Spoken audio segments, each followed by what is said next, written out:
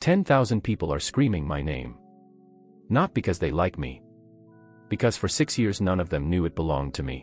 Kang Wei stands across the arena. Rank S burns bright over his head. For the first time in his life, he looks afraid. I raise one hand. The technique that leaves it once belonged to a boy who spat on me in an alley. He never asked for it back, but the road here is longer than this looks. Stay with me.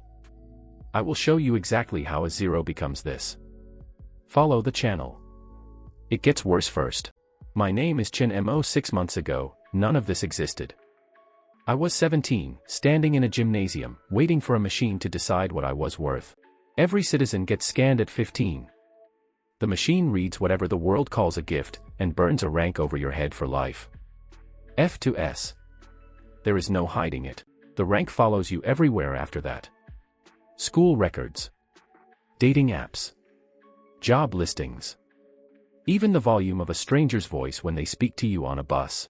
Half the parents in the stands already have their phones up, hoping their child's rank turns out to be something worth posting before lunch. Day 1. My rank is not on the chart. My sister is already crying, and she has not even seen mine yet. The gymnasium smells like floor wax and nerves. 300 of us in gray uniforms, one at a time, walking up to the scanner under the basketball hoops. Phones are out everywhere in the stands. Every ritual gets filmed now. Somebody's rank always ends up online by lunch, good or bad, whether they want it there or not. Yunshi goes before me. My sister. 15 minutes younger by the calendar, 10 years braver by everything else. The light above her turns gold. Rank A. The crowd claps for her. My mother cries the good kind of tears. My father puts a hand on my shoulder like he already knows what comes next. He is wrong about that, though none of us know it yet. Nobody in this gymnasium has ever seen what is about to happen on that platform. Then it is my turn. I step onto the platform. The scanner hums twice, then does something it is not built to do. It stalls. The light above my head does not turn gold. It does not turn blue, or even the dull gray of an F. It does not turn on at all. For half a second the number flickers, small and white. Something underneath it seems to be deciding whether to answer at all. Then it settles. 0. Floating where a rank should burn. Someone in the crowd reads it out loud before I even do. A technician taps the machine twice, the way you tap an old television. The number does not change. 0 stays 0, and does not blink once. Kang Wei laughs first. He always laughs first. His own light is still burning silver from his turn 10 minutes ago. Rank S. The rarest number in the room. He was my best friend for 11 years, since we were 6 years old, and he cried when I gave him half my lunch. That feels far away now. He walks over slow, so everyone gets to watch him do it. Even the machine gave up counting you, he says. That has to be a first. I do not have an answer for that. I have never needed one before. Nothing in 17 years prepared me for a number that means nothing at all. Su Lan stands beside him already. She has stood there since his rank lit up silver last spring. She does not look at me. Not once. Let's go, she tells him. 2 words. She does not look back. I count the steps she takes away from me.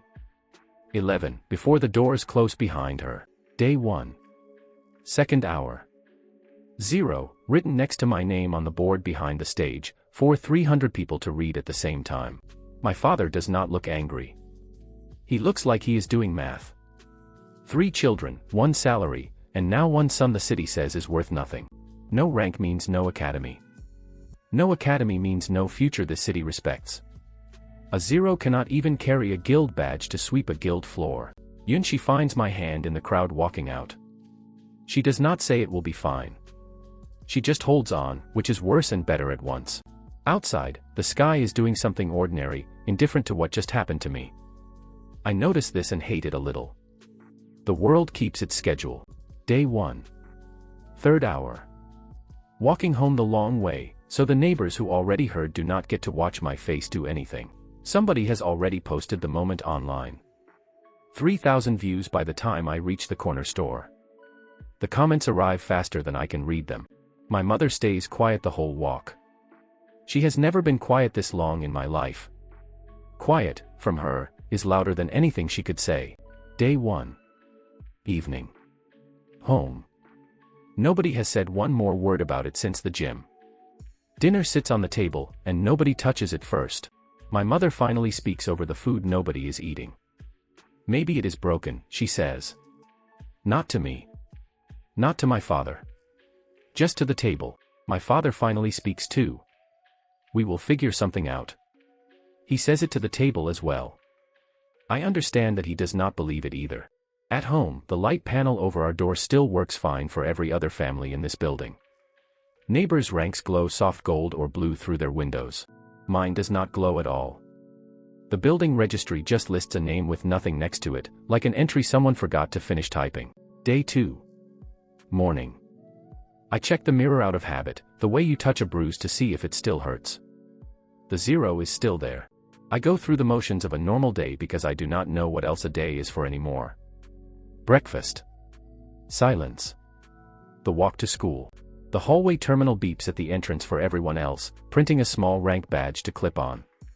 For me it beeps twice, then prints nothing at all. At school, my old friends do the thing people do to a 0 without meaning to be cruel. They simply stop including me in anything. Nobody says it out loud. Nobody has to. A seat stays empty next to me at lunch that used to have someone in it every single day. I catch Kong Wei watching me from across the courtyard once, and for a second his face is not cruel. It looks almost curious. Then Sulan says something to him and he laughs again, and whatever that second was, it is gone before I can name it. A teacher reads the new rank list out loud in homeroom, the way she does every semester. She skips my name and moves straight to the next one. Nobody corrects her. I do not correct her either. Some part of me has already decided that arguing with a list will not fix the number. Day 2. Afternoon. Rank, 0. Friends remaining, none I can count on one hand. The city has already decided what I am before I have. At lunch, a boy 2 years younger points a phone at me and asks if it is true, if I am really the 0 from the video. I say nothing. He shows his friends the screen instead of an answer. They laugh the way you laugh at a video, not at a person standing 3 feet away. That night I lie awake doing the only thing left to do, which is replay the exact second the scanner failed and try to find the mistake. I go over every version of it. Maybe I stepped wrong. Maybe I breathed wrong. Maybe there is a version of that morning where the light turns gold. There is not. I know this and keep looking anyway, because the alternative is accepting that the machine looked at me and found nothing worth naming. Yunshi knocks once and sits at the foot of my bed without asking. You are still my brother, she says. Then she leaves, like it needs saying out loud to stay true. Nobody in that gymnasium is thinking about me tonight. I am already filed under a number that means nothing to any of them. Not yet. I understand one thing clearly by the time the sun comes up. Everyone I know has already decided what a 0 is worth, and decided fast. What I do not understand yet, the part that keeps me staring at the ceiling until morning, is why the machine did not simply fail. It chose a number. A failure would show nothing. Mine showed something. Small, white, deliberate. 0 is not the absence of a rank. 0 is a rank nobody has explained to me. Day 2. Night. Somewhere under this city, something read what I am and answered with a number instead of an error. I do not know why yet. But I intend to find out, and I have no idea yet what that decision is about to cost the people who laughed loudest in that gymnasium. The city keeps calling it a glitch. On the news. In the comment sections. In the one message Kong Wei never sends me. Nobody has an answer. Day 5. Still 0. Still no explanation from anyone who owes me one. I stop checking the registry every morning like it might change on its own. I take the long way home through the market district most nights now, past the shuttered stalls. The short way means walking past people who used to know my name. That is where a man with a gift I do not recognize decides I am worth 10 minutes of his evening. He is bored. I am convenient. 0, he says, reading the mark hovering over my head like it is a joke somebody wrote just for him. Let's see what a 0 does. He does not use his real strength. He does not need to. A flick of his wrist sends me into a wall hard enough to knock the air out of me. He walks away laughing before I even get up, already bored again. He is already forgetting my face, the way people forget a door they just walked through. Ribs bruised, pride worse, by the time I get home. Something else too, something I do not have a word for yet, sitting wrong under my skin. School has settled into its new shape by then. A wide space around my desk that nobody sits in. Teachers who call every name but mine without seeming to notice. My father checks the bruise without asking how I got it. He has stopped asking things he already expects bad answers to. That is new too. The first flash comes 3 nights later, half asleep. My arm moves on its own and blocks a punch that is not coming from anywhere in the room. I sit up fast enough to scare Yunshi awake in the next room. I tell her it was a nightmare. It does not feel like one. Day 19. The flashes keep coming, always at night, always some stranger's motion wearing my arms for half a second before it lets go again. I pass Sulan in the hallway once that week.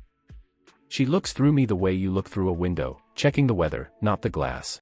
I start writing them down in a notebook I keep under my mattress. Dates. Details. A scientist logging a disease with no name in any textbook. My mother asks twice if I am sleeping enough. I say yes both times. Sleep is not the problem. Whatever this is does not care if I am awake. Day 41. Still no pattern that makes sense. Still 0, on every list that matters, in every conversation that used to include me by name. I stop hoping the flashes will explain themselves. Some nights I just sit with the notebook open and wait, the way you wait for a kettle that might not be on. I start to wonder if this is what losing your mind actually feels like. Not loud, not dramatic, just small wrong moments stacking up quietly. Kang Wei gets his photo in the district paper that week. Some minor rescue during a training exercise. Rank S doing exactly what Rank S is built to do. I do not read the article. Yunshi does, and does not mention it at dinner, which is its own kind of mercy I did not ask for. Day 68. I test something small on purpose. I let a delivery driver bump me hard without apologizing, just to watch what happens after. Nothing happens. No flash, no flicker, just a driver already 10 steps away and an ache in my shoulder that means exactly nothing at all. I try it again 2 days later with a boy who cuts the lunch line in front of me. Still nothing. Apparently rudeness alone is not enough. It takes another dead end before I notice what is different about the nights the flashes come. It is never a stranger's accident. It is never an apology. It is always somebody who barely registers me as a person while they are doing it. The men in the market never once looked at my face. I start keeping a second list next to the first one. Not what happened. Who was in the room? The 2 lists start to look like the same list. Day 97. I write one line in the notebook and underline it twice. It only happens when they think I am nothing worth their attention. I test the theory carefully, letting small contempt land instead of flinching away from it, cataloging which moments leave something behind and which do not. A shopkeeper overcharges me and sneers when I count my change out loud. Nothing happens. He still sees me enough to enjoy being cruel about it, but a boy on the train steals my bag, laughing to his friends, never even checking what was inside. He leaves something behind that keeps me up half the night. Day 124. The pattern finally holds. Contempt leaves a mark. Indifference does not. Hatred that still sees me as a person does not either. It has to be the specific kind. The kind that does not consider me worth the effort of real force, only the effort of a gesture.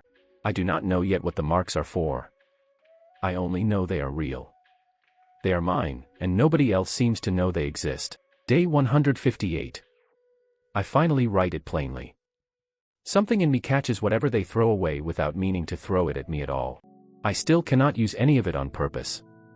The pieces sit in me half-formed, like sentences with half the words missing, waiting for the rest. I do not tell my family any of this. I do not tell Yunshi either, not yet, though she has started watching me closely at dinner. Then, on an ordinary Tuesday, 3 boys from a rank B gang corner Yunshi outside her school gate. Her brother is the 0 everyone has heard about by now. I get there as their leader lifts a hand toward her. Casual. Unbothered. The exact posture of someone who does not expect resistance from either of us. I step between them before I decide to. There is no plan yet. There is only my sister's face and a stranger's hand already moving toward it. My heart is doing something closer to panic than courage. Courage is a word people use afterward, once the story has an ending worth telling. I cannot fight him honestly. Honestly gets us both hurt. The only weapon I have only works when somebody decides I am not worth a real one. So I say something small and insulting on purpose, aimed at making him angry enough to swat me aside without thinking twice about it. Careful, he tells his friends, already laughing. This one's not even worth the good stuff. His hand comes down like I already agreed with him. The half-formed piece in me answers before I do. My body moves through motion I have never practiced, borrowed whole from a man in a market I never saw again. It is clumsy. It is barely enough. But his hand meets air instead of my sister, and he is on the ground before either of us understands how. His friends do not wait to find out what just happened. They pull him up and leave fast, deciding fast that this is not a story worth telling badly. For 1 second, whatever I used to be before the ritual feels almost close enough to touch again. Then it is just me, standing in a street, shaking. Yunshi grabs my arm hard enough to hurt. Chen Mo, what was that? She says. I do not have an answer that would not sound insane out loud. I tell her it was luck. She does not believe me. She does not push either, which might be the second kindest thing she has done for me this year. Day 179, night. Nobody saw my face at the school gate except my sister.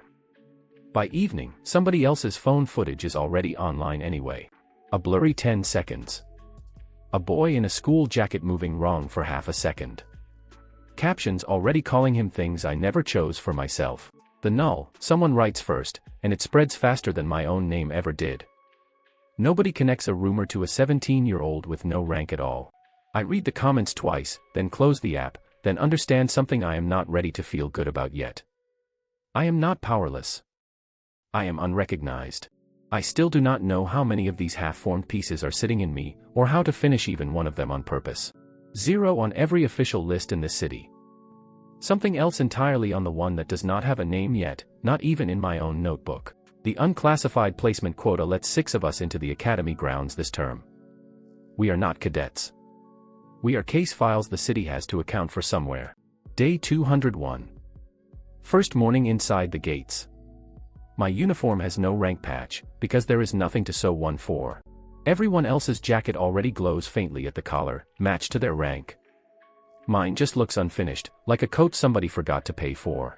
Kong Wei is a 3rd year here already, rank S, a name teachers say like it explains itself. He does not look at me once across the courtyard. His photo is on a banner near the main hall, one of a dozen students the academy likes to point at when parents visit. Nobody points at unclassified students for anything good. That is almost a relief. Almost. I would rather be invisible than be the joke again, at least until I understand what I actually have. The other 5 quota students keep to themselves too, all of us wearing the same unfinished collar, none of us in a hurry to compare notes on why. One of them, a girl who never speaks in the courtyard, nods at me once by the gate. It is the only greeting anyone here has offered me in a week. She does not ask my rank. Nobody in the quota group ever does.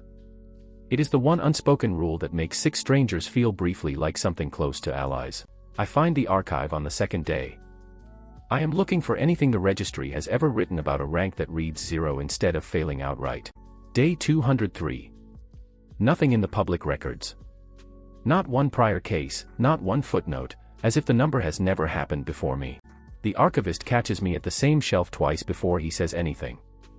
Older man. Careful hands. The kind of quiet that comes from practice, not shyness. You won't find it here, Bohan says, not looking up from the ledger he is repairing. Whatever you're looking for isn't filed under anything public. I ask him what he means. He closes the ledger instead of answering, the way people close a door when they have already decided not to open it. I come back the next week anyway. And the week after that. Bohan starts leaving the good chair empty across from his desk without being asked. Day 210. He still will not say the word 0 out loud. He calls it, your situation, instead, careful, like the word itself might be listening. I ask once why he bothers letting me sit there if he will not help. Because you keep asking the right questions, he says. Eventually that gets dangerous. I do not understand what he means by dangerous yet. I only understand that he is the first adult in this building who looks at me like a question, not an answer. Day 219. Still no name for what happened at the school gate months ago. Still no second flash since, no matter how I wait for one. I decide waiting is not a plan. I try to force it instead, alone in the training yard. I aim a fist at nothing, hoping the motion will answer. It does not. Nothing moves through me that is not mine. I stand there feeling foolish in an empty yard, chasing a feeling I cannot summon on command. A cadet on rank duty watches the whole thing and does not bother mocking me. He just looks embarrassed on my behalf, and that stings worse than laughing would have. I go to Bohan that evening and tell him more than I mean to. Not everything. Enough that his careful hand stop moving over the ledger. It only works when someone means nothing by it, he says slowly, like he is testing whether the words are dangerous out loud. Not when you ask for it. I ask how he knows that. He does not answer the question. He answers a different one instead, which I am starting to recognize as his only trick. If you are what the old records call an empty register, he says, there are 3 rules. He pauses. Every carrier who ever surfaced followed them, or didn't last long. 1. It only catches contempt, never a fair fight. A rival who respects you enough to try leaves nothing behind for you to keep. 2. What you catch is never whole. You will spend months rebuilding a fragment before it does anything close to what it did for them. 3. Show a finished piece before you mean to, and it burns. Gone. You start that one over from nothing, the same ugly way you got it. I write all 3 down that night, under the flashes I already logged. A rulebook nobody bothered handing me before the test already started. Day 225. I ask Bohan how he learned any of this. He says only that the academy pays him to forget certain files, not read them. He will not say who pays him, or why forgetting is worth a salary. I decide not to push. Slow, he told me once. Slow is the only speed that keeps you alive. Why does forgetting frighten you? I ask him once, carefully. He looks at the door before he answers, the way people look at doors that have never once opened badly. Because the last time someone remembered too loudly, he says, they stopped being allowed to work here. He does not say what happened to them after that. Day 233. The academy holds placement sparring for the quota students, a formality mostly meant to be watched, not survived. They pair me against a second year who has never lost a placement match. It is the kind of pairing that exists to make a point, not a contest. He does not warm up for me. He barely looks at me while the proctor reads the rules, already bored before either of us has moved. Try not to make this take too long, he says. Not unkindly. Just the way you'd ask someone to hurry through a chore. I have somewhere to be. It should feel like the worst kind of insult. Instead, something in my chest goes very still, the way it did once in a market I try not to think about. He opens with a strike he is not even trying to land cleanly. More demonstration than attack, exactly the kind of gesture that costs him nothing to throw away. It catches me hard across the shoulder anyway. I go down. The proctor starts counting before I have finished falling, already assuming the match is over. It is not the fall that matters. Something else lands with the blow, small and cold, settling into the same place the market left something months ago. I do not get up gracefully. I get up carrying a second half-formed piece I did not have 5 seconds earlier, and nobody in the yard notices the trade. The proctor calls the match. My opponent is already walking off, checking his phone, the loss barely worth finishing his sentence over. Day 233, evening. 2 pieces now. Neither one finished. Both mine, whether the registry admits I exist or not. 233 days since the ritual. My name is still Chinemo, still rank 0 on every list that matters to anyone but me and one archivist. I am hiding 2 unfinished pieces of somebody else's power, and a notebook full of proof. I am also hiding the fact that a stranger's footage already gave a boy in a jacket a name online. Nobody here knows any of it connects to the quota student who loses every placement match on schedule, exactly the way everyone expects him to. Bohan asks, carefully, if I intend to tell him the rest. I could still walk away from this desk and finish all of it entirely alone. Alone is safer for him. It is not safer for me. I have run out of nights where guessing worked better than asking someone who has read the old files. I tell him about the second piece from the sparring match. I do not tell him about Yunxi, the gate, or the footage still circulating under a name that is not mine. He nods slowly, like a man deciding how much of a door to leave open. Then we start slow, he says. Slow is the only speed that keeps you alive. I do not know yet if slow is fast enough for whatever this actually is. But for the first time since the gymnasium, I am not doing this alone. I walk back to the dorm that night past the banner with Kong Wei's photo on it, and for once I do not slow down to look at it. Bohan does not change his mind out loud. He changes it the way careful people always do, by simply starting to act as if he already had. Day 236. He slides a folder across the desk without looking up. If we are doing this, he says, we are doing it properly. Properly means records, he adds. Everything you catch, everything you finish, written down exactly the way this should have been written down generations ago. Inside are old training logs, decades of them, technique fragments other archivists filed under headings nobody bothers reading anymore. I have been collecting these since before you were born, he says. Looking for a name I never found. Maybe I stopped looking for the wrong thing. I ask what the right thing would have looked like. He does not answer that either.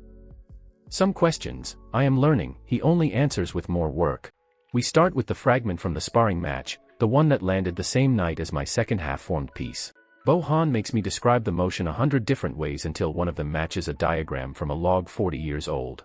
Fragment identified, he writes at the top of a fresh page, like a doctor opening a chart.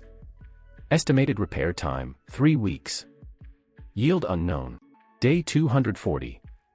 First week of drilling. The motion is a shoulder deflection. Quick, low, meant to turn an incoming strike instead of blocking it outright. I get it wrong 9 times out of 10. The 10th time, something in my shoulder remembers a version of it that is not entirely mine. My name is Chin Mo. I am relearning how to move my own shoulder from a stranger I met exactly once, for one careless strike, in a sparring ring. That is normal, Bohan says, not looking up from his notes. You are not learning a technique. You are finishing someone else's sentence badly.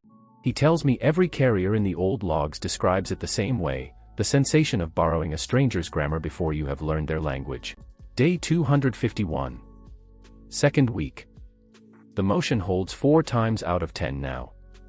Still clumsy. Still slower than it needs to be to matter. Yunshi asks over dinner why I keep coming home with new bruises if the academy is supposed to be teaching, not fighting. I tell her it is both. Bohan keeps a second notebook just for the economics of it, numbers I did not expect anyone to be tracking this carefully. Fragment, a shoulder deflection. Cost so far, 11 days of drilling. Current yield, functional, roughly half the speed of the original. Still missing, the follow-through. Every piece costs something different, he tells me. This one is cheap. Some of them, according to the old logs, took carriers years to finish. I ask if any of them ever finished all of it. He looks at the folder for a long moment before he answers. Not that anyone recorded surviving. Day 266. Third week. The deflection holds 6 times out of 10. Bohan calls it usable. I do not feel ready. He says nobody ever does. That week, word reaches me that the second year I lost to in placement sparring has been telling a different version of that match. He is retelling it around the whole academy. In his version, he went easy on me out of pity. In his version, the quota 0 got lucky falling down at exactly the right angle. Kang Wei's name comes up in the same conversation, apparently, comparing the two of us the way people compare a legend to a rounding error. I have not spoken to him since the gymnasium. He has not spoken to me either. It is easier that way, for both of us, though probably not for the same reasons. I do not correct any of it directly. Correcting it directly would mean explaining a fragment I am not ready to explain to anyone but Bohan. Day 274. The second year requests a public rematch instead. Loudly, in the courtyard, in front of enough people that refusing costs more than accepting. Let's finish it properly this time, he says, smiling for the small crowd that gathers whenever his name gets raised at volume like that. I say yes before I let myself think about how unfinished the deflection still is. 6 times out of 10 is not good odds for a public stage. Bohan does not tell me not to do it. He asks one question instead. Do you understand what happens if you show something before it is ready? I do. It burns. Whatever I have finishes burning the second I use it in front of witnesses who were not supposed to see it complete. Then use it exactly once, he says. Not to impress anyone. Just enough to end it before he gets close enough to give you anything new. Day 280. Final week before the rematch. We drill nothing but the ending. Not the whole motion, just the last half second of it. You do not need the technique to be beautiful, Bohan says. You need it to be over before anyone in that courtyard finishes deciding what they are watching. I write his sentence at the top of my own notebook that night, underneath the 3 rules, like a 4th rule nobody bothered writing down before me. Day 291. Rematch day. The courtyard is fuller than the placement match ever was, because a story with a rematch always draws more of a crowd. He opens exactly the way he did the first time. Careless, certain, already narrating the outcome to his friends before either of us has moved a full step. I let him close the distance. I let him commit to it the way overconfidence always commits, fully, without a second option waiting behind the first. The deflection lands at 6 out of 10 odds and, for once, does not care about the other 4. His own motion turns against him mid-strike. He goes down the way he put me down in placement sparring. Fast, undignified, in front of the same crowd that watched him call it a formality. Nobody in that courtyard understands what actually happened. They just see a quota student who was supposed to lose again, standing instead of him. Somebody records it on their phone anyway, out of habit more than interest. It gets 40 views by dinner and vanishes into everything else the Academy forgets by morning. Lucky, somebody in the crowd says, already writing the story down to a size that fits comfortably. I let them. Lucky costs me nothing to be called. Day 291, evening. First deflection finished and already spent on the only person I meant to spend it on. It cannot burn twice for the same reason. Bo-han is waiting at the archive when I get back, which he almost never does after hours. He does not ask how it went. He already knows. The lamp on his desk is the only light on in the whole wing. It makes the room feel smaller than usual, and quietly safer for it. You did not need me to believe you were telling the truth, he says. I already knew that months ago. I needed to see if you would still ask for help anyway. I ask why that mattered so much to him. He is quiet long enough that I think he will not answer this one either. Then he tells me, plainly, without the usual careful pause first. That surprises me more than the answer itself does. Because everyone who ever carried what you carry and refused help, he says, is the same everyone the old logs stop writing about eventually. The sentence sits between us for a while before either of us moves. I understand it is as close to a warning as he knows how to give. I do not have anything to say back to that. I just sit in the good chair across from his desk, for once not asking him for anything at all. One finished piece. One ally who chose me before I proved myself worth choosing. Neither of those existed 6 days ago. I still have not told him about Yunshi, or the gate. I have not told him about the notebook page where I first wrote the word contempt like it was a diagnosis. Slow, he keeps saying. I am starting to understand that slow was never really about speed. It was about which parts of the truth I get to choose when. Day 298. I stop waiting for contempt to find me. Waiting wasted 5 months I do not intend to waste again the same way. Bo-han calls it fieldwork instead of what it actually is. That word makes it easier for both of us to write down in the notebook without flinching. The method is simple enough to embarrass me a little. Find someone strong enough to matter. Let them decide I am not worth their full attention. Lose on purpose, carefully. Not every loss pays out. Most nights I just collect bruises and confirm, again, that indifference alone still does not leave anything behind worth reconstructing. I keep a running tally in the margin. 11 attempts. 3 fragments. 2 of them already too damaged to identify by the time I get home. My name is still Chin Mo on the roster, still 0 on the registry, still counting losses in a notebook nobody else is allowed to read. Day 310. Third-year cadets run informal sparring most evenings in the East Yard. Unsanctioned, unsupervised, exactly the kind of place carelessness happens for free. I lose to 4 different upperclassmen that week. 2 leave nothing behind. 1 leaves a fragment too damaged to identify. The 4th leaves something Bo-han calls promising. Promising is not the same as usable, he reminds me. He catalogs it anyway, with the same careful hands he uses for everything else in that archive. The East Yard becomes a habit after that. 3 evenings a week, sometimes 4, whenever homework and Bo-han's ledger work both leave me enough hours to lose deliberately. Meanwhile, Instructor Deng Rue has decided the unclassified quota belongs in the back row of every lecture he teaches. Literally, by seating chart, every single week. He has taught this course for 11 years, according to the plaque outside his office, longer than most of the students in his class have been alive. He calls on me exactly once a month, always on material he knows I have not had time to prepare, given everything else I am carrying right now. Some students, he tells the class, not quite looking at me. Take up a seat someone else could actually use. Nobody laughs. Nobody needs to. I write his sentence down that night too, in a different section of the notebook, one I have started keeping just for things people say without thinking twice. Day 324. My transfer application to the general track gets denied a second time, citing academic performance in Deng Rui's course specifically. I check my actual coursework against the grade on file. They do not match. Mine is better. On paper, the difference has quietly disappeared. I bring this to Bohan instead of the administration. The administration has already shown me exactly how much a quota student's paperwork is worth to them. He does not seem surprised.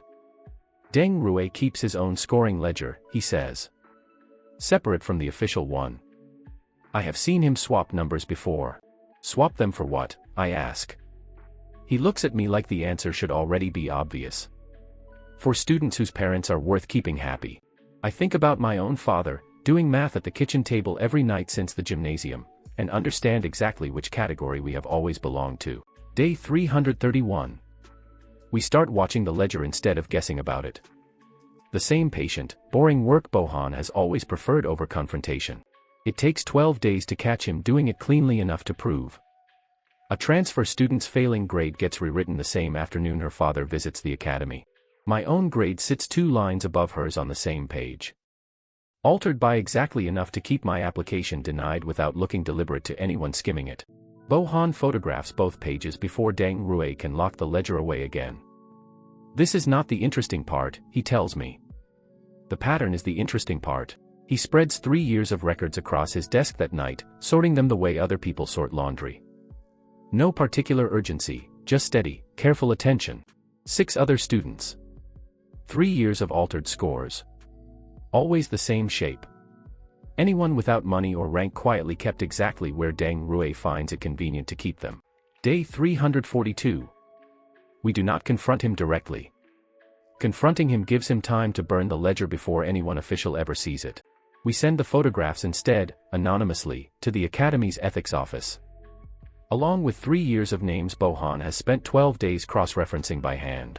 The investigation moves faster than any academy process I have witnessed so far. That tells me something about how obvious the evidence must actually be. Day 353. Deng Rui does not return to teach his afternoon class.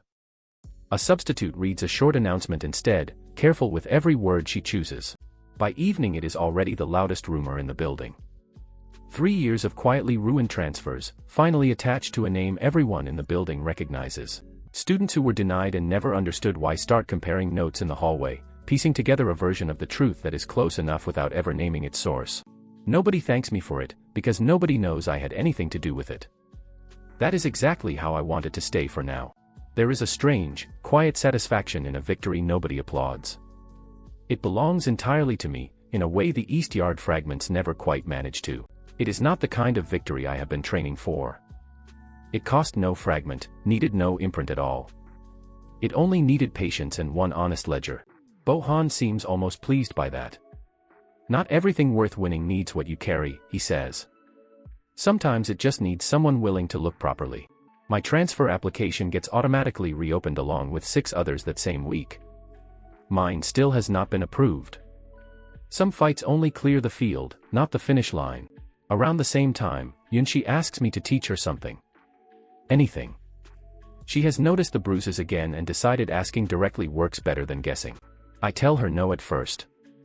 She reminds me, correctly, that she kept my secret since a street corner outside her own school gate. Secrets, she says, deserve something back. We compromise on basic footwork. Nothing borrowed, nothing dangerous, just the ordinary discipline any cadet learns in a first-year class. She takes to it faster than I did. 20 minutes most evenings, in the small courtyard behind our building where the neighbors cannot see well enough to comment on any of it. She asks, once, if she will ever get to see what I actually do when nobody is watching. I tell her not yet. She does not push, the way she never does. Day 360. The 4th fragment from the East Yard, the one Bohan called promising, is finally ready enough to test against something that matters. I have a different decision to make that same week, one that has nothing to do with fighting at all. An old, half-finished piece still sits unreconstructed in my notebook. It is the fragment from the market, still unfinished since the night it first knocked me into a wall, the one that saved Yunxi in the roughest possible way. I can spend the next 10 days finishing it. Reliable, but limited. Or I can gamble those same 10 days chasing something fresher and stronger from the East Yard instead. Bohan lays it out plainly, the way he lays out everything. Finish the old one, and you have something certain by next week. Chase the new one, and you might have nothing. I choose the fresher fragment anyway. Certain and limited already cost me a rematch once, when 6 out of 10 odds were nearly not enough to matter. Bohan writes the decision down in his own hand, dated, like it might matter later whether I chose correctly or simply chose fast. Day 360, night. 2 open projects now instead of 1. Deng Ruegan. Yunxi training. A choice made whose value I will not know for another week. Bohan locks the archive behind us and, for once, does not remind me to be careful walking back. Some nights, apparently, even he runs out of warnings. Day 367. 7 days into the fresh fragment. It holds 3 times out of 10, worse odds than the deflection, but heavier when it lands. I write the ratio at the top of the page in the same handwriting I used for the first flash, over a year ago now, in a different notebook entirely.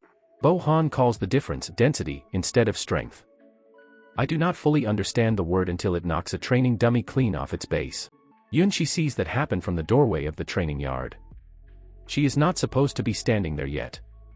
She does not say anything for a long moment. That was not footwork, she says finally. Not a question. I do not have a version of the truth ready that is both honest and small. Day 380. She stops asking about it directly. She starts training harder instead, like the answer will arrive faster if she earns it.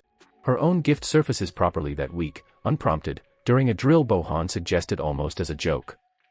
Rank A was never just a number for her.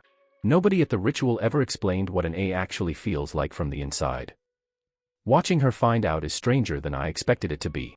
She catches me watching once and rolls her eyes, the exact same way she used to when we were both small enough that none of this had happened yet. She moves through a full combat sequence on her second attempt. Most cadets need a semester to manage it cleanly. She looks more unsettled by it than proud. I did not know I could do that, she says, staring at her own hands like they belong to somebody she has not met yet. I recognize the look. It is the same one I wore in a market once. Minus the bruises. Minus the number burning uselessly over my head that day. I do not tell her that comparison out loud. Some things are easier to carry quietly than to explain to someone who is still learning to carry anything at all. Day 387. I bring her to the archive for the first time. Bohan insists it is safer than letting her guess alone at home. He studies her carefully, at a slight distance, the way he studies everything. He is deciding how much of himself to offer a stranger in his own doorway. So you're the sister, he says. Not unkindly, just precise.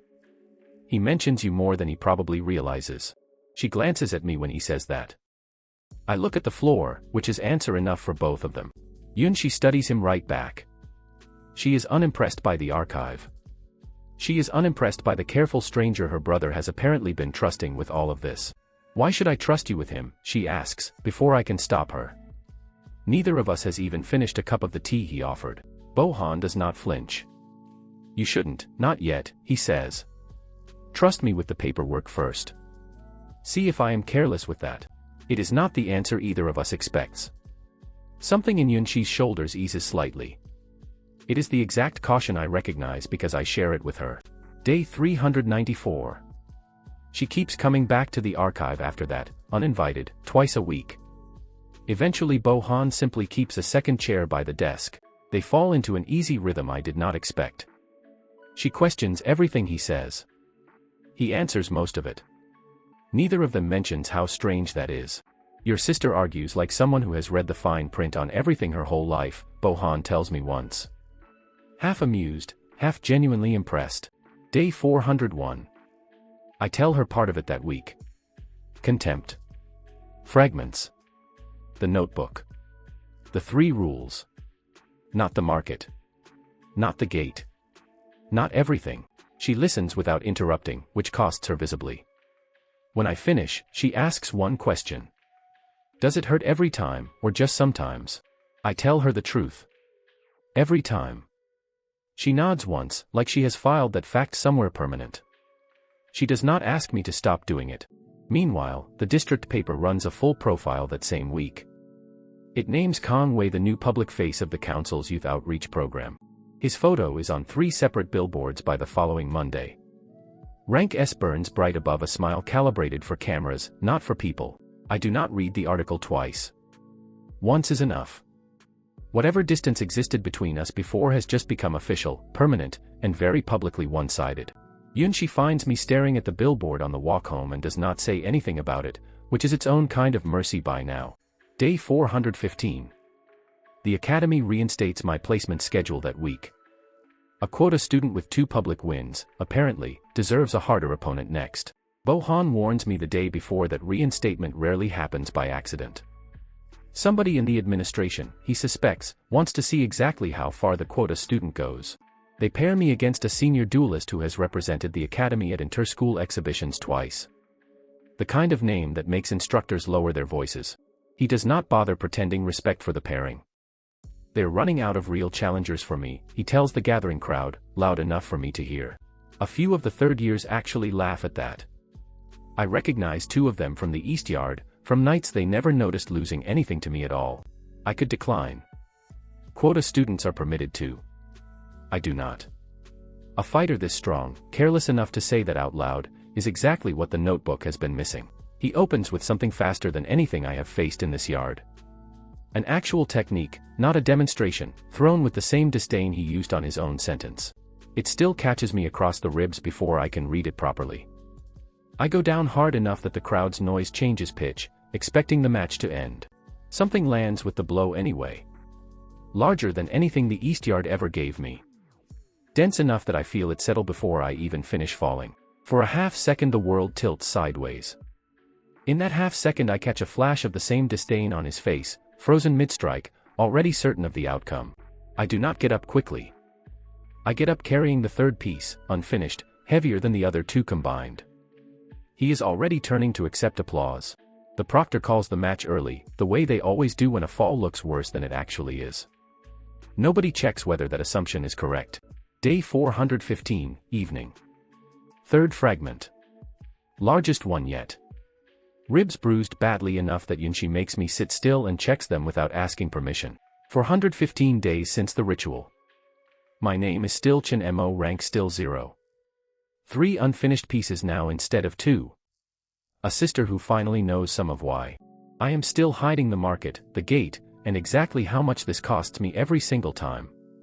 Some truths, I am learning, get told in installments or not at all. Bohan locks the archive early that night and insists on walking part of the way home with us, which he has never once offered to do before. Bohan writes the new fragment into the ledger that night, dated carefully, next to a note in the margin I am not meant to see yet. I read it anyway. Density like this, it says, usually means the source carries more than one gift worth stealing. I do not ask what he means tonight. Some questions, I am learning from him, are better asked once you already suspect you will not like the answer. Yunshi is asleep on the archive's spare chair by the time I finish reading the margin note. Worn out from a day that started with a gift and ended with my ribs. Day 422. The academy schedules a formal rematch, citing an inconclusive finish. Somebody higher up, apparently, wants a cleaner result on record. I do not ask who requested it. Some questions, by now, I already know better than to bring to anyone but Bohan's ledger. Yunshi starts watching recordings of the duelists' old exhibition matches instead of asking me how I plan to win. She has her own way of helping now. He always resets his stance the same way before his strongest strike, she tells me one evening, rewinding the same clip for the 4th time. Watch his left foot. I watch it a 5th time with her. She is right. It is small, half a second, easy to miss unless you are looking for exactly that. How long have you been watching these? I ask. Since the first match, she says, like it is obvious. Someone had to actually pay attention. My name is Chen Mo, and my sister has apparently spent more hours studying this man's footwork than the academy spent teaching either of us anything useful this term. Day 436. 2 weeks into reconstructing both fragments at once, on Bohan's advice, since the rematch date will not wait for one at a time. Day 443. 1 week left. The dense fragment finally stops slipping out of my grip mid-motion, which Bohan calls progress and I call exhausting. The dense fragment holds 6 times out of 10 now. The old market piece, worked on for over a year in total, finally holds 8. The best odds I have had yet. Bohan keeps both numbers in the ledger side by side, the way he keeps everything. Dated. Careful. Refusing to round either figure up out of hope. You are not fighting him with strength, he reminds me the night before. You are fighting him with his own tell and somebody else's careless mistake. Use both. Day 450. Rematch day. The courtyard is fuller than either previous match, word having spread that the quota student keeps refusing to lose the way he is supposed to. He resets his stance exactly the way the recording showed. Left foot first, a fraction of a second before the strike that put me down last time. I move before he finishes resetting it, closing the distance instead of waiting to read him. The 8 in 10 piece is already answering before he commits to anything. He adjusts mid-motion, faster than the recording suggested he could. For a moment I think Yunshi's read was not enough on its own after all. It is not enough on its own. The dense fragment finishes what the first one started, landing exactly where his adjustment leaves him open for half a second. He goes down clean this time. No lucky fall, no ambiguous finish for the proctor to call early out of mercy. Just a clear result, on record, the way somebody wanted it. The crowd does not call it luck this time. Nobody has a smaller word ready for 2 techniques landing in sequence, on purpose, against somebody this good. Even the proctor pauses before calling it, checking her notes twice, as if the result needs confirming against something other than what everyone just watched happen. Day 450, evening. 2 techniques finished now instead of 1. A third still sitting half-formed. Nobody in this academy has connected any of it to me yet. Bohan, Yunshi, and I end up in the archive that night without really deciding to. It is the way people end up somewhere familiar after something finally goes right. Nobody says much for a while. Bohan makes tea nobody asked for. Yunshi falls asleep sitting up, the way she has started doing more often since the training began. Somewhere outside, the academy grounds have already gone quiet for the night, the kind of quiet that only exists after a courtyard finishes emptying out completely. I sit with the 2 of them in a room that smells like old paper and cheap tea. For the first time since the gymnasium, I let myself feel it. 450 days since the ritual. 2 finished techniques. 1 ally who chose me before I earned it. 1 sister who knows enough to worry properly now. It is not victory. It is not even close to what the courtyard thinks it just watched. But it is the first evening in over a year I do not feel like I am losing. I let myself notice the quiet instead of the ache in my ribs, for once, and let it stay that way for as long as the tea lasts. Bohan breaks the quiet eventually. You should let yourself have this, he says, not looking up from his tea. It does not happen often in this line of work. I ask him how many carriers he has read about who got an evening like this one. He does not answer right away, which is answer enough on its own. He looks at Yunshi, asleep in the chair, before he finally speaks. The answer belongs partly to her too now, whether she is awake to hear it or not. Not many, he finally says. Most of them spent every evening they had chasing the next fragment instead. Do not become one of the ones the logs stop writing about. I write that sentence down too, later, in the notebook. It sits next to the 4 rules I have collected so far, without ever meaning to start a list at all. Day 452. Sulan is at the rematch too, I learn later. She stands near the back with a group I do not recognize, close enough to see everything clearly. She does not approach me afterward. She does not need to. 2 days later, in a hallway neither of us expects the other in, she finally says something. You used to lose on purpose, she says. Not quite a question. She watches my face carefully, the way she has not looked at me since the gymnasium. I ask what she means. The old matches, she says. You went down too easily, too many times, for someone who apparently can do that. She nods toward the courtyard. I tell her she is imagining things. It comes out flatter than I mean it to. I can see immediately that she does not believe a word of it. Something in her expression shifts, just slightly, the way it does when someone decides not to argue a point they are still certain about. She does not push further. She just watches me a moment longer, the way you watch a door you are not sure is actually locked, before walking away. I stand in the hallway after she leaves longer than I mean to, replaying every match she might have watched closely enough to notice the pattern in. Day 454. I do not know yet what she intends to do with that suspicion, or who she might mention it to first, given exactly whose name shares every headline with hers now. That is the part that keeps me up later than the rematch itself does. Not that she noticed. That I have no idea whether noticing makes her dangerous or not. I tell Bohan about it the next evening. He listens the way he listens to everything, without interrupting, and does not offer comfort I have not earned yet. She has not told anyone, he says finally. If she had, you would already know it. People like that do not stay quiet by accident. I ask how he can be so sure. I cannot, he admits. But it is the only useful guess either of us has right now, and useless guesses will not help you sleep. I go home that night without a real answer, only a better guess than the one I walked in with, which is apparently the most this line of work ever offers anyone. Day 460.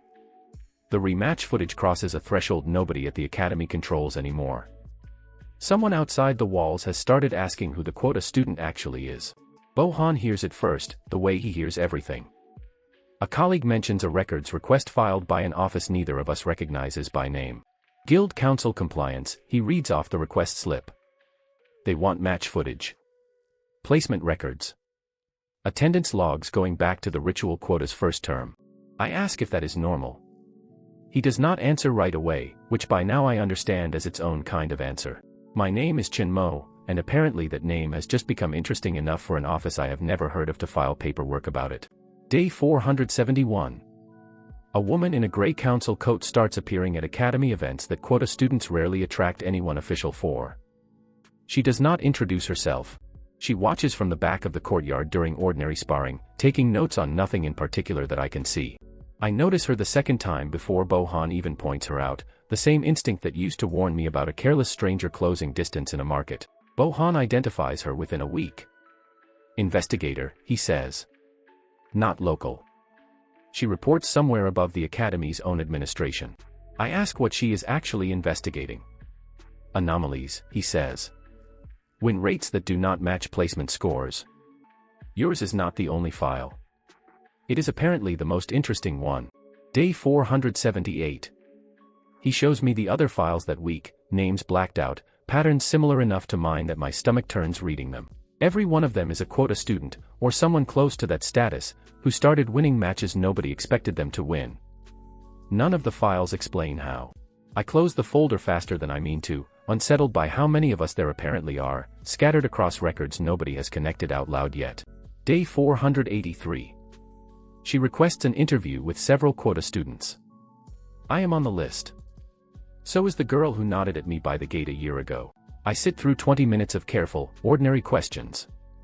How I train. Who I train with.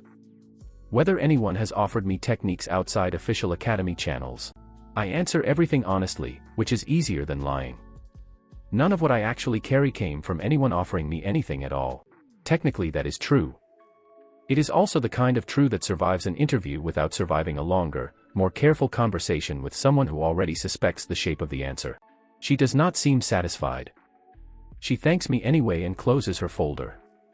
She tells me the compliance office may follow up again, the way people say things they mean as warnings. I ask Bohan afterward what happens to a quota student the compliance office decides to keep following up on. He does not answer that one at all. Day 490. Bohan starts keeping fewer records on paper. He tells me this is not paranoia, just habit, from a man who has watched files get requested before. I ask him again what happened to the archivist before him, the one who remembered too loudly.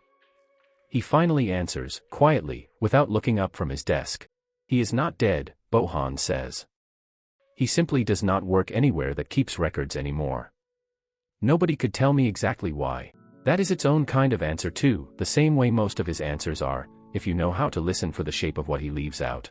He starts locking certain drawers I have never seen him lock before, small things, easy to miss unless you spend as many evenings in that room as I do now. I ask him once whether he regrets any of this. Not yet, he says, which is not quite the reassurance I was hoping to hear from him.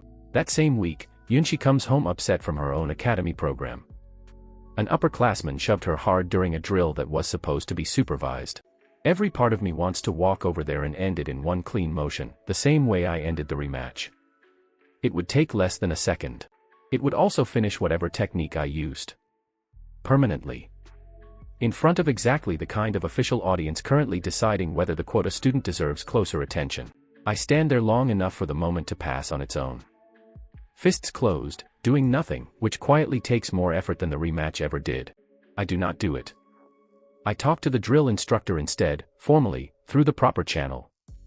The upperclassman receives a mild reprimand that satisfies nobody, including me. Yunshi asks why I did not just handle it myself.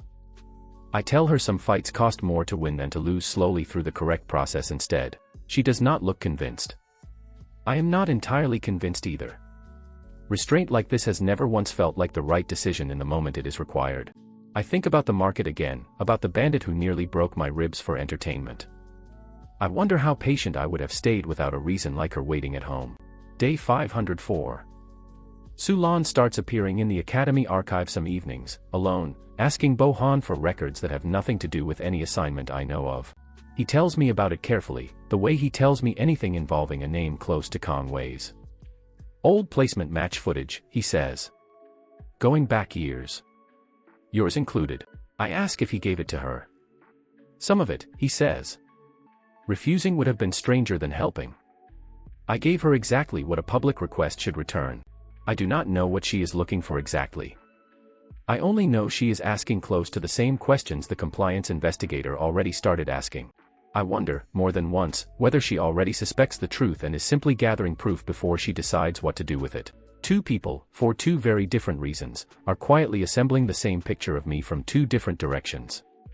Neither one has finished it yet. Day 511. Bo-han suggests, carefully, that we slow the reconstruction work. Just until the investigator loses interest, or finds a more convenient anomaly elsewhere. I ask what happens if she does not lose interest. He does not have an answer for that one either, which has started to feel like the only honest answer left. I still have one unfinished piece from the market. Still incomplete after all this time. Still waiting for a decision about whether finishing it now is worth the exposure. Some nights waiting feels like the only strategy one have left. Other nights it feels exactly like the 6 months I spent thinking I was losing my mind for nothing. I do not tell Bo-han which nights are which. He would only add it to a ledger somewhere, careful and dated, the way he adds everything else that worries him. Bo-han locks the archive early that evening, checking the hallway twice before he does, a habit I have started noticing more often than I would like to. 511 days since the ritual. Still zero. Still hiding one unfinished fragment. Still being watched now, from two directions, by two people who both suspect something is not adding up. Day 518. The investigator summons Bo-han directly this time, not through a records request, but a formal notice with his name printed on it. He does not tell me at first. I find out because he cancels our evening session with a note instead of his usual careful explanation. The note says only that he is unavailable, 3 words, nothing like the detailed reasoning he usually leaves when a plan changes even slightly. I ask him about it the next day anyway. He answers slower than usual, choosing each word the way he chooses which files to leave off a shelf. They want the pre-reform archive, he says. Everything filed before the last ranking reform, 60 years back. Including whatever I know about entries that do not fit the current system. I ask if he has to comply. Not complying, he says, is its own kind of confession. I do not have the luxury of refusing outright. My name is Chin Mo, and apparently I am no longer the only reason Bo-han's careful hands have started shaking slightly before he opens his own desk drawer. Day 525. He tells me to sit down before he says anything else, which from him is close to an alarm bell. You are not the first, he says. You are not even the first in my lifetime. There is a reason the word empty register exists in old records at all. I ask him what he means by not the first. He takes a long breath before he answers, like he has been rehearsing this for longer than a week. Centuries ago, your rank had a name, he says. Not zero. Not an error. It was called the Empty Blade. It was recognized, officially, in the ranking charts of that era. Carriers of it were rare, he tells me, rarer than rank S. The mechanism only worked on people the world had already decided to despise completely. They were dangerous in a way no single gift alone could ever be, he says. Given enough time and enough contempt, an empty blade could outgrow whoever they borrowed from. That is the part that lands hardest. Not the danger itself, but the shape of it, mirroring exactly what my own notebook has already started proving true. I ask what happened to them. He does not answer right away. When he finally does, his voice drops lower than I have heard it before. The council hunted them, he says. Quietly, at first. Then not quietly at all. Within 2 generations, every known carrier was gone, and every mention of the rank was erased. I ask how they found them in the first place, if the whole mechanism depends on staying hidden. They did not need to find the carriers, he says. They only needed to find the pattern. Day 526. I ask why erase the name instead of just banning the rank outright. He says the two are not the same thing at all. Banning something tells people it exists, he says. Erasing it tells people it never did. Nobody hunts a pattern they do not know is a pattern. That is why the scanner reads 0 now instead of some older word, he explains. A malfunction is forgettable. A name is not. Day 529. I ask him if there is any record of how many carriers existed, total, before the council finished erasing all of it. Officially, none survive, he says. Unofficially, the old logs stop counting somewhere past a dozen, and that number only covers the ones anyone bothered writing down at all. I sit with that for longer than I mean to. Every insult, every bruise, every careful hour of reconstruction suddenly has a shape older than my own lifetime attached to it. It is a strange kind of comfort and a strange kind of horror at once. Learning that the worst thing that ever happened to me has happened to others, over and over, for centuries. I ask him how he knows all of this if the records were erased. He hesitates, longer this time, before answering a question he clearly did not want asked yet. The previous archivist did not disappear because he remembered too loudly, he says. He disappeared because he found exactly what I just told you, and he told someone he should not have. I ask who that someone was. Someone he trusted, Bohan says. That is usually how it happens. Not a stranger. Someone close enough to be believed. Day 532. I do not sleep much that week. Every version of the story ends the same way, with someone like me erased from the record entirely. I keep waiting for the fear to fade into something more useful, the way it did after the gymnasium. It does not. It just sits there, patient, next to everything else. Bohan watches me carry that weight for a few days before he says anything else. Knowing this does not have to end the same way, he tells me. You have something they did not. I ask what that is. Time, he says. And people who already know, and have not run yet. That is more than any empty blade in the old records ever had. I think of Yunxi, of Sulan somewhere out there still assembling her own version of this same picture, and wonder how much time that actually buys any of us. Day 540. The compliance investigator requests a formal meeting with Bohan in person, at council offices, not the academy. He tells me that is a different category of dangerous entirely. He has a decision to make before that meeting, and he brings it to me instead of making it alone, which is new for both of us. Some of what I have, he says, connects your file directly to the old pattern. If I hand it over intact, it protects the history. It also very likely ends you. I ask what the alternative is. I destroy the parts that name you specifically, he says. The history survives in pieces. You survive completely. Nobody gets everything. I ask if that is fair to the carriers whose names are already lost, the ones whose only remaining trace might be sitting in that same folder. He looks at me for a long moment before answering. Fair has nothing to do with staying alive, he says. The old carriers would tell you the same, if any of them still could. Day 541. I tell him to destroy it. He looks almost relieved, and almost disappointed in me, in a way I cannot fully separate from each other. I ask which one he actually feels. Both, he says. That is usually how it goes, when somebody finally chooses to survive instead of finishing the fight properly. The old carriers never got to make this choice, he says quietly. He feeds 2 folders into the shredder himself, page by page, more carefully than the machine requires. 541 days since the ritual. Rank still 0. History finally has a name now, Empty Blade, even if half the proof of it just turned into paper strips. I still do not know how much the investigator already suspects, or whether destroying half a folder buys us weeks or only days before she finds the rest of it herself. Day 543. Bohan goes to the council offices alone. He will not let me come, and for once I do not argue with him about it. He is gone 11 hours. I spend most of them in the archive, doing nothing useful, rearranging books that do not need rearranging. It gives my hands something to do. He comes back late, tired in a way that has nothing to do with the hour. They kept the folder, he says. The half I let them keep. They did not ask about the rest. I study his face while he says it, looking for the specific kind of tired that means something worse is still coming. I find it there, quiet, underneath the ordinary exhaustion. I ask if that means we are safe. It means today we are safe, he says. It does not mean anything about tomorrow or the day after that. My name is Chin Mo, and for the first time since the ritual, safety has started to feel like something measured one single day at a time. He shows me the receipt they left him, official and stamped, listing exactly which files they took. None of the ones we both know matter more than those. I ask if a receipt like that means anything. It means they wanted a paper trail, he says.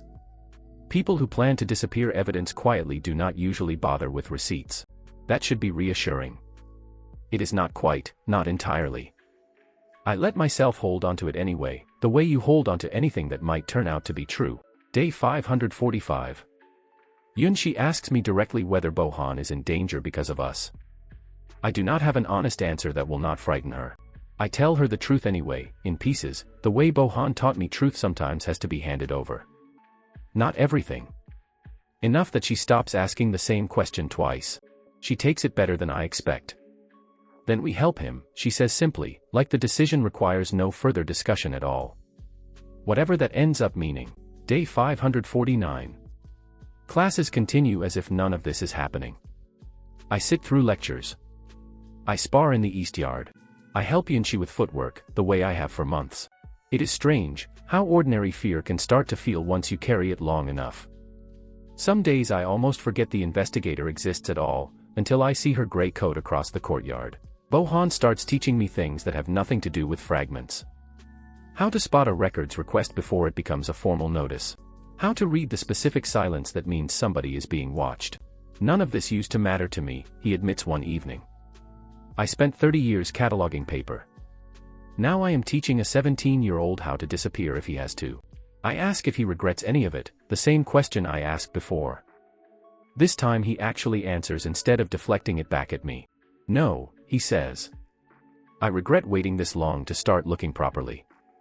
If I had started when I first suspected, we might already know enough to stop worrying instead of just hiding better. I ask him what he would do differently, given the chance to start over from the beginning of all of this. He thinks about it for a long time before answering. I would have found you sooner, he says. Every month I spent doubting myself was a month you spent guessing alone in a training yard instead of learning properly. I tell him he found me exactly when I needed finding. That is closer to the truth than either of us usually says out loud in that archive. Day 556. Sulan approaches me again, this time not with suspicion but something closer to an offer, in a hallway that feels smaller every time we end up in it together. I am not going to tell anyone, she says, before I can ask. Whatever it is. I just want you to know that, in case it matters to whatever you're planning. I ask her why. She thinks about it longer than I expect. Because 6 years ago you gave me half your lunch on a day I never told anyone I needed it, she says. I remember things. It is the closest either of us has come to acknowledging the 11 years before the gymnasium. Neither of us knows quite what to do with the silence that follows it. Day 558. I tell Bohan about the conversation, uncertain whether it counts as good news or one more thing to worry about carefully. Trust her, he says, after a long pause. Not blindly. But trust the part of her that remembered the lunch. That part does not usually lie about staying quiet. I ask if he has ever been wrong about someone like that. Once, he says. It cost me the archivist before me. I try not to repeat the same mistake twice. Day 563. Kong Wei's face is on a new campaign now, this one about council transparency, urging citizens to report anomalies they notice in their own communities. I watch the broadcast with Yunshi, both of us silent. A boy we used to know is asking strangers to report people exactly like the person sitting next to her on the couch. He does not know, she says quietly. He cannot know. He would not do this if he knew it was you. I do not answer her, because I am no longer certain that is true. Day 566.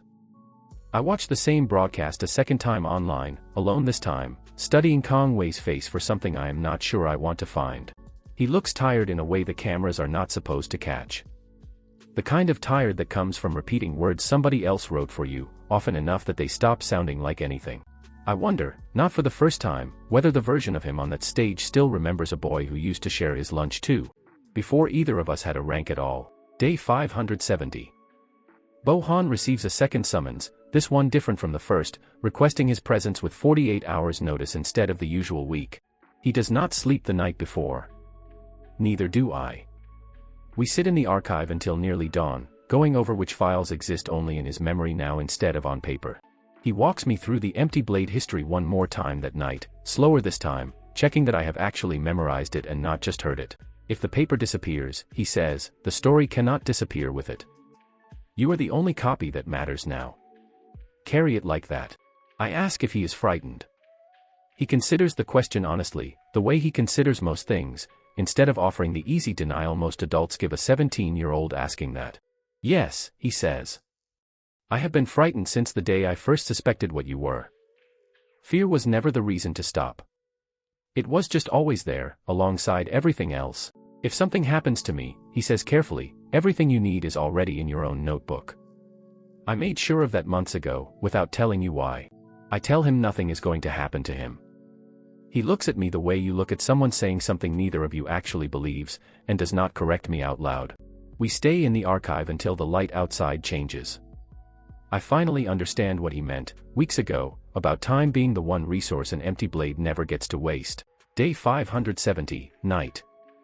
I do not go home until well after dark, walking the long way, past the market. Past the exact wall I was thrown into over a year ago now. It is strange, standing there again. Older now, and carrying far more than I did back then. I still feel exactly as small as I felt the first time somebody decided I was not worth their attention. Day 571. He leaves for the second meeting at dawn.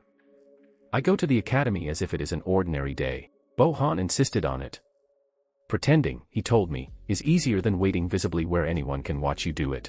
I sit through the first 2 classes without absorbing a single word of either lecture. I watch the clock more than the board, counting hours the way I once counted days since the ritual.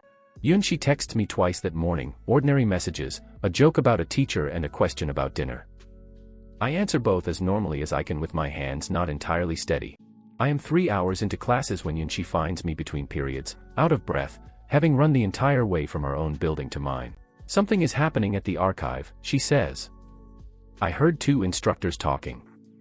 Council vehicles. A lot of them. They are not talking about a routine visit. For a moment neither of us moves.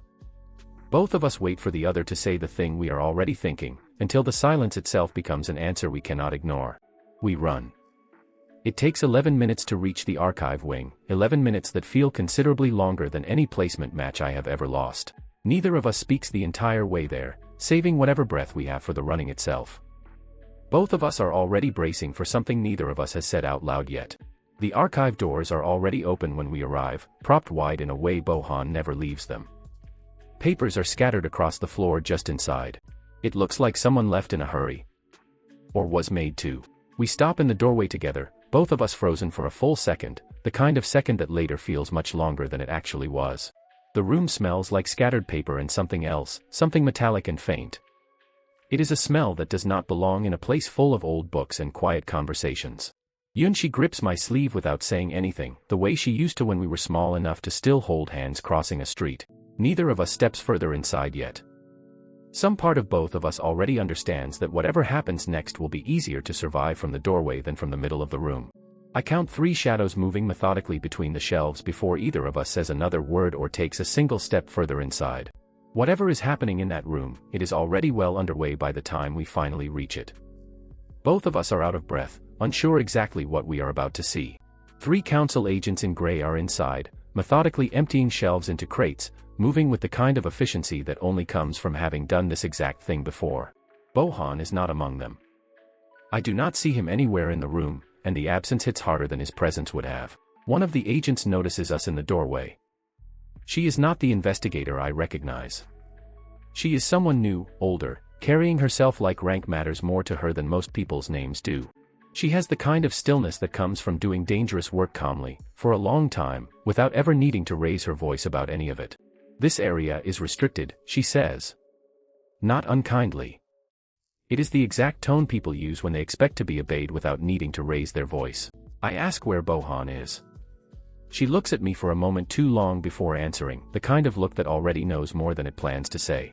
The archivist is assisting the council with an ongoing matter, she says. I would recommend you and your sister return to your scheduled classes. I do not move. Yunshi does not move either. Something in the way the woman says assisting tells me it means the opposite of whatever the word usually means. A second agent emerges from the back office carrying a familiar folder. It is the one Bohan rebuilt from memory, the one holding what remains of the Empty Blades history. I watch that folder leave the room and understand something at once. Whatever choice Bohan made in that second meeting, it was not the choice that keeps him safe. The first rule surfaces in my mind before I decide to think it. Contempt only. This woman does not despise me. She barely registers me as anything worth despising. That means there is nothing here for me to catch. I have no technique ready that would help even if there were. 2 finished, both already burned in public. 1 unfinished, months from ready, useless against 3 trained agents I cannot fight honestly and win. For the first time since the market, I understand exactly what it costs to have power that only works on people who think less of you. It does nothing at all against people simply doing their job. Yunshi grabs my arm, the same grip from the school gate over a year ago. For a moment I think she means to stop me from doing something reckless. Instead she pulls me backward, toward the door and the hallway, away from the room. We cannot help him like this, she says. Not here. Not against this many. I hate that she is right. I let her pull me out of the archive, past the scattered papers, past the doorway Bohan never leaves propped open. Into a hallway that suddenly feels enormous. We do not stop running until we are 3 buildings away, in a stairwell nobody uses between class periods. Both of us are breathing too hard to speak for a long moment. He knew, Yunshi finally says. The notebook. The margin notes. He was preparing you for exactly this, and you did not even notice him doing it. She is right about that too. I think of every careful lesson disguised as conversation, every warning wrapped inside an offhand comment. I understand, too late, what those months were actually for. I do not know yet whether he is safe, arrested, or worse. I do not know whether the folder they took is enough to satisfy them, or only enough to confirm what they already suspected. What I do know, sitting in that stairwell with my sister, is fairly simple in the end. The quiet phase of all of this just ended, whether I was ready for it to or not. Day 571, evening. Bohan does not come home. Nobody at the academy will confirm where he is. The registry that once listed his office simply shows it as unassigned. I opened the notebook that night for the first time in weeks, looking for whatever he meant when he said everything I needed was already inside it. Between 2 ordinary pages I find something new, added recently, in handwriting careful enough that I almost mistake it for my own until I read the first line. It is not a fragment log. It is a date, 233 days from today. The day of the Guild Council's annual championship, broadcast to the entire country. Underneath the date, 1 line. If it ever comes to this, that stage is the only place large enough for the truth to survive being spoken out loud. I read it 4 times before I understand it is not advice. It is a plan, quietly assembled by a man who apparently expected exactly this outcome long before I did. Yunshi reads it over my shoulder, silent for once.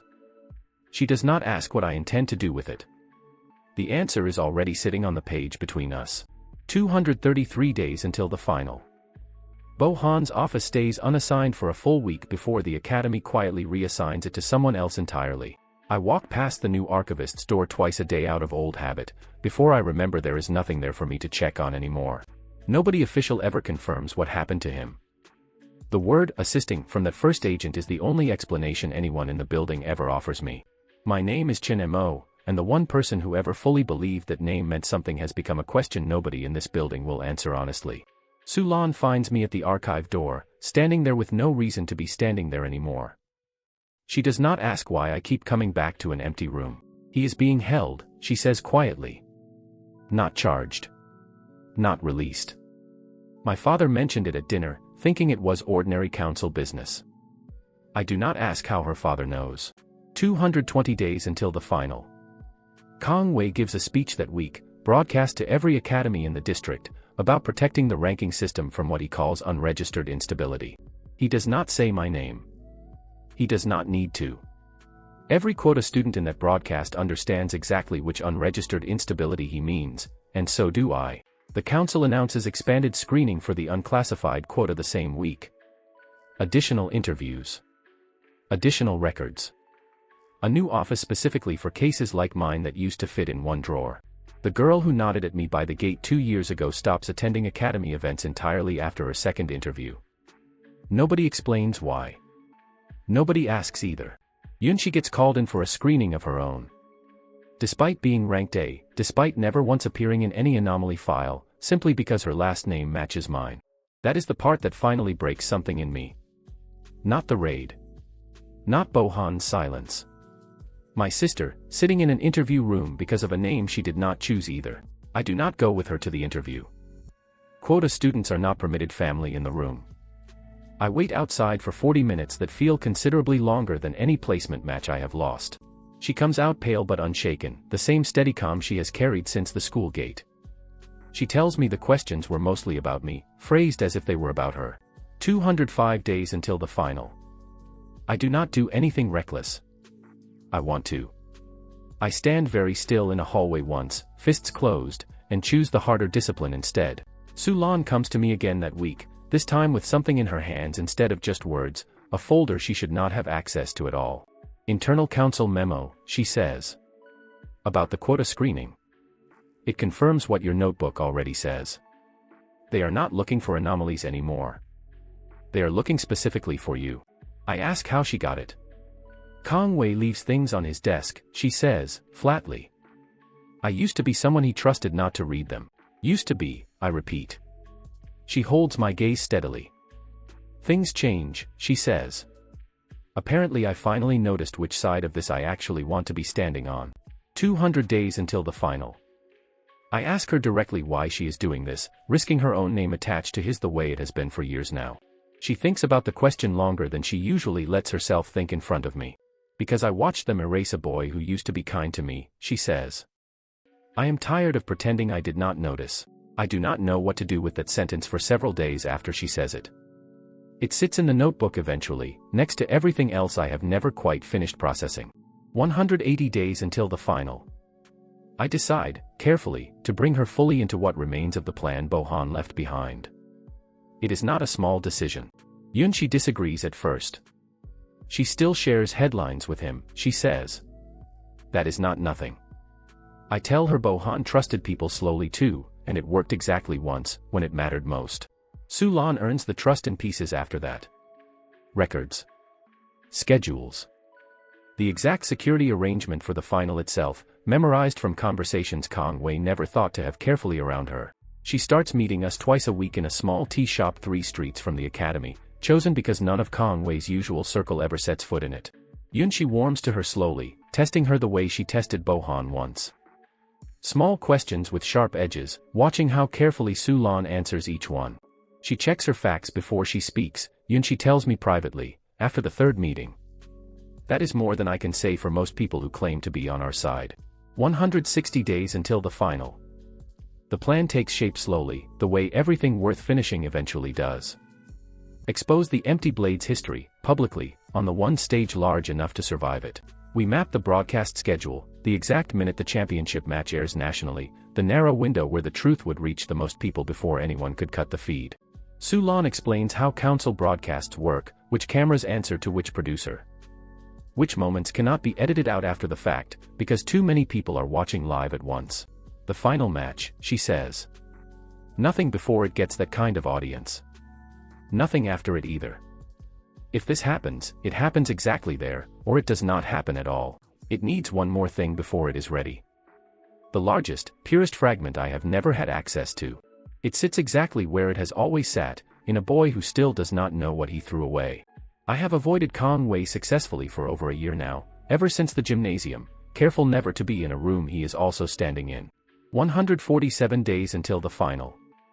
That ends at a district ceremony neither of us can avoid, both required to attend as representatives of programs neither of us chose exactly. The ceremony hall is smaller than the courtyard, which means there is nowhere to disappear into once he starts moving in my direction across the room. He sees me before I decide whether to let him. Something crosses his face I do not expect, gone before I can identify it, replaced quickly by the version of him the cameras prefer. Still here, he says, walking over unhurried. The same way he always used to. I was starting to think the academy finally found a use for you somewhere quieter. I do not answer immediately.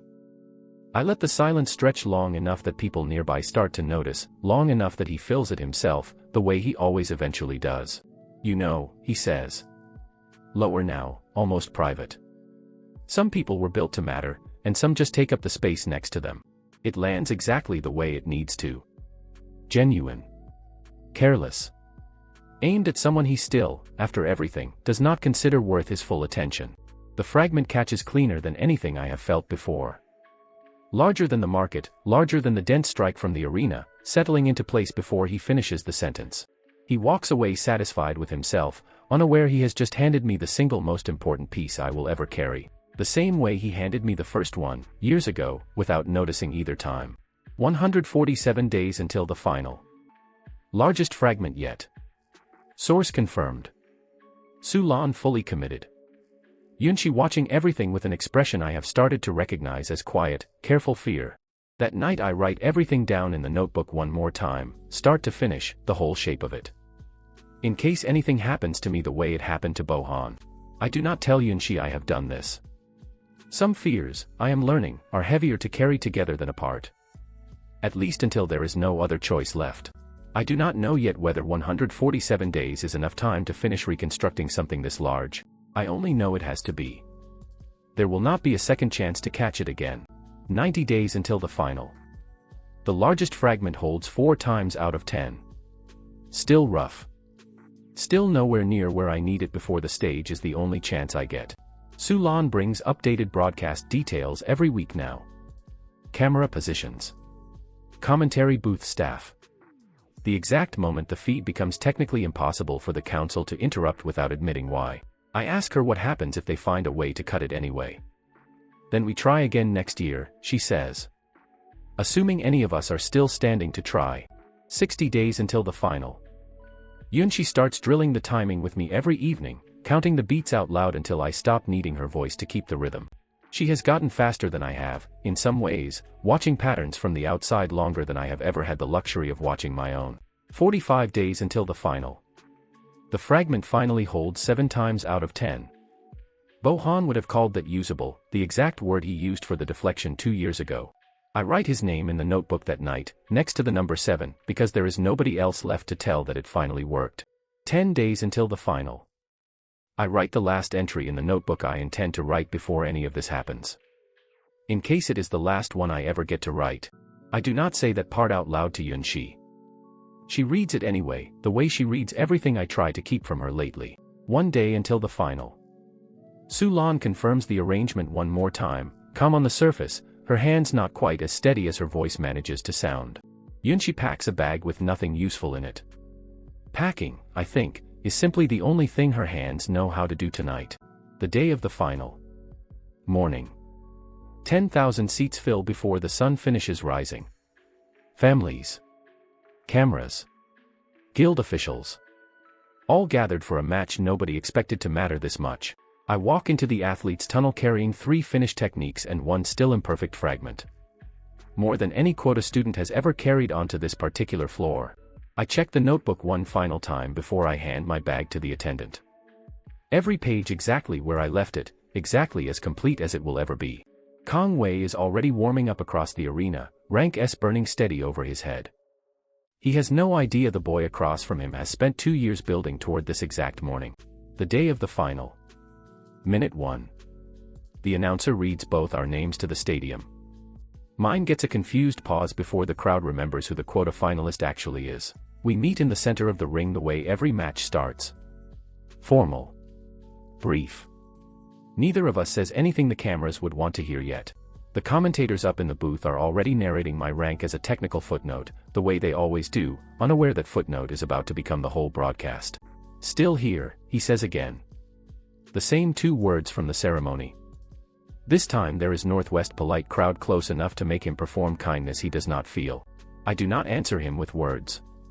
I answer with the shoulder deflection first, the oldest finished technique I carry, thrown the instant the match officially starts. He blocks it, barely.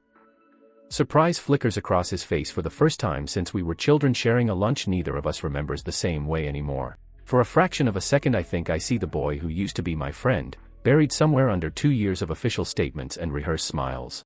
The day of the final. Minute 4. The crowd's noise changes register, the way it did at the rematch. The specific pitch that means something unexpected just happened on the floor. I do not let him recover fully. The second technique lands next, the dense strike from the arena duelist, heavier than anything he has faced from someone this far below his rank. He staggers this time. Genuinely. Something shifts in his expression, from performance into something closer to actual attention. The exact thing I have waited 2 years for him to give me. Somewhere behind me, I hear the announcer's voice climb half an octave, the sound of a script suddenly not matching what is actually happening on the floor. The day of the final. Minute 7. He starts fighting for real now. No longer certain this is the formality he assumed when he agreed to the pairing. It does not matter. I am not fighting him with strength. I am fighting him with a library assembled from every person who ever decided I was not worth their full effort. Deng Rue is somewhere in that number, though he never touched me himself. So is a nameless bandit in a market, a sparring rival, a senior duelist who called me a lucky accident. The old market fragment comes next. The first one. The roughest one. Finished at last, after 2 years of quiet, obsessive reconstruction nobody in this stadium will ever fully understand. It lands exactly the way it landed on me, once, against a wall in a market district neither of us has ever mentioned to the other out loud.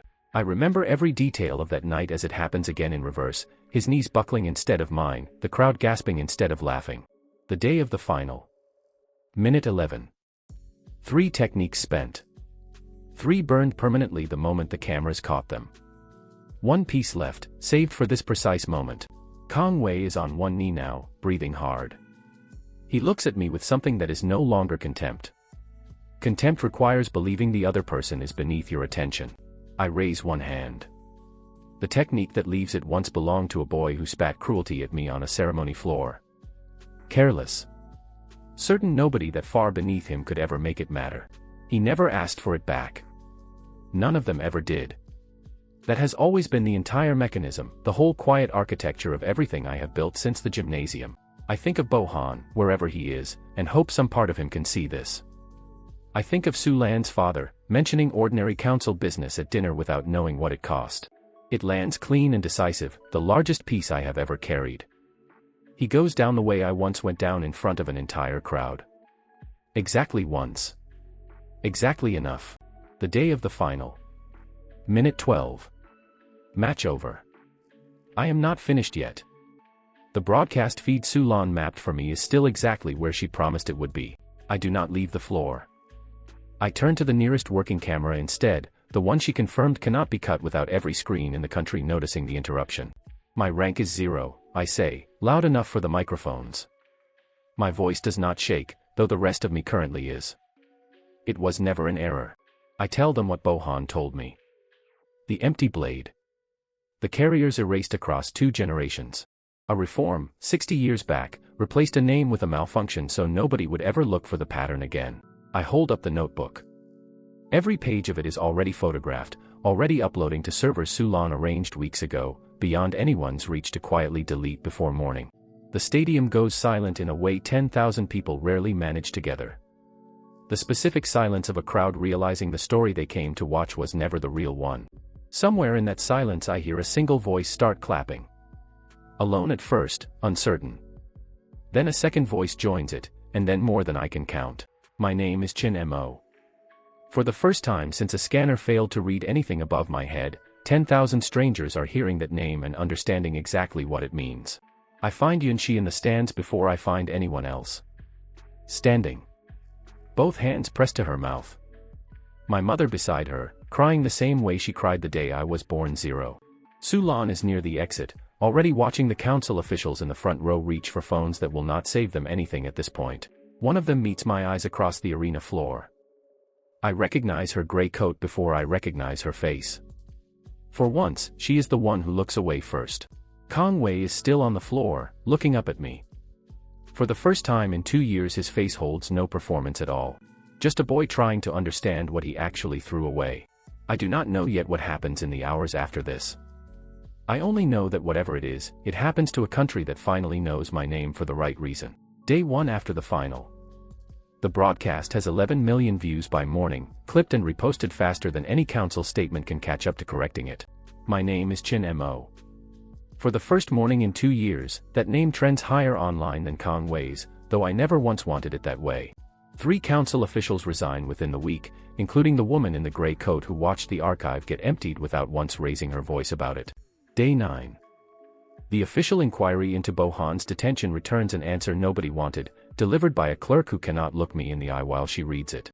He died in custody 8 days before the final, of causes the report calls unclear, in a facility whose records were apparently incomplete by the time anyone thought to ask. I do not get to bury him properly. There is nowhere left that will admit to knowing where he actually is. I bury the notebook instead. A second copy of it, in the small courtyard behind our building where Yunshi first learned footwork, next to nothing anyone would think to dig for. Day 30. The Guild Council announces a formal reform of the ranking system. Rank 0 becomes an official classification for the first time in 60 years, restored under its old name. Empty blade carriers, the announcement says, will be registered and protected. Studied only with consent. A sentence that would have meant nothing to the ones the old council hunted down instead. It means something now. 6 other carriers come forward within the month, quietly and cautiously. The way I once approached an archive I was not sure would let me in. None of them tell the same story. Different cities, different ages, different reasons the world decided each of them was worth despising. The pattern underneath all of it is exactly the one Bohan described. I meet one of them, briefly, a woman twice my age who spent 30 years thinking she was simply unlucky at everything she tried. She cries when I explain the 3 rules to her. Day 42. Kang Wei resigns from the council's youth program. He does not make a statement. He does not need to. His silence says more than any script ever wrote for him. He finds me once, weeks later, outside the academy gates. He stands there the way I used to stand outside places I was not sure I was welcome. I did not know, he says. It is not quite an apology.